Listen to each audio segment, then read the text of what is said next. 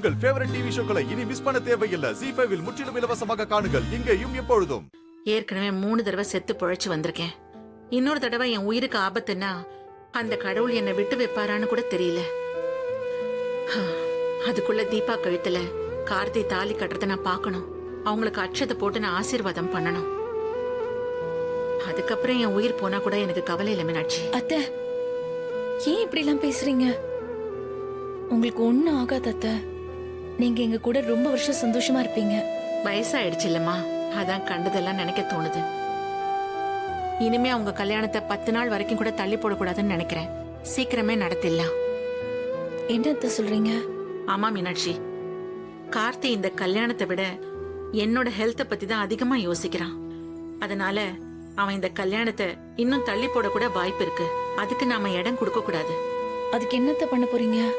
அவங்களுக்கு தெரியாமையே கல்யாண ஏற்பாடு பண்ணிட்டு கடைசி நிமிஷத்துல விஷயத்த சொல்லி கல்யாணத்தை நடத்தி முடிச்சிட வேண்டியதா.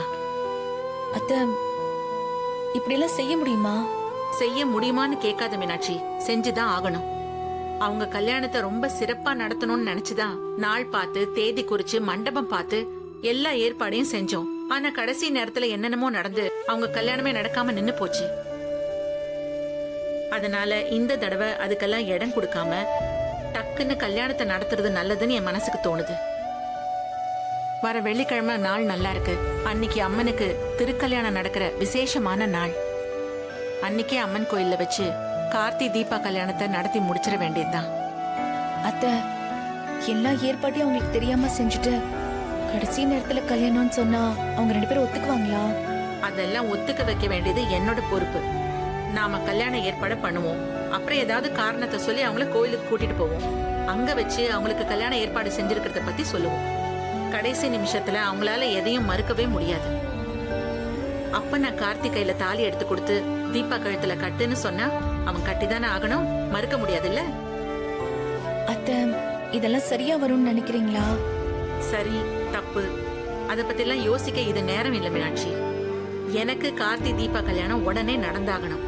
அதை நான் சந்தோஷமா பார்த்து அவங்களுக்கு அட்சதை போட்டு ஆசீர்வாதம் பண்ணணும். அதுக்கு இதை விட்டா வேற வழியே இல்ல. இந்த விஷயம் கார்த்தி தீபாக்கு மட்டும் இல்ல, வேற யாருக்குமே தெரிய வேண்டாம். நம்ம 2 பேருக்குள்ள மட்டும் இது ரகசியமாவே இருக்கட்டும். வர வெள்ளிக்கிழமை அவங்க கல்யாணத்துக்கான ஏற்பாடெல்லாம் நம்ம சைலண்டா செஞ்சிருவோம். சரியா? சரிங்க அத்தை, நீங்க ரெஸ்ட் எடுங்க.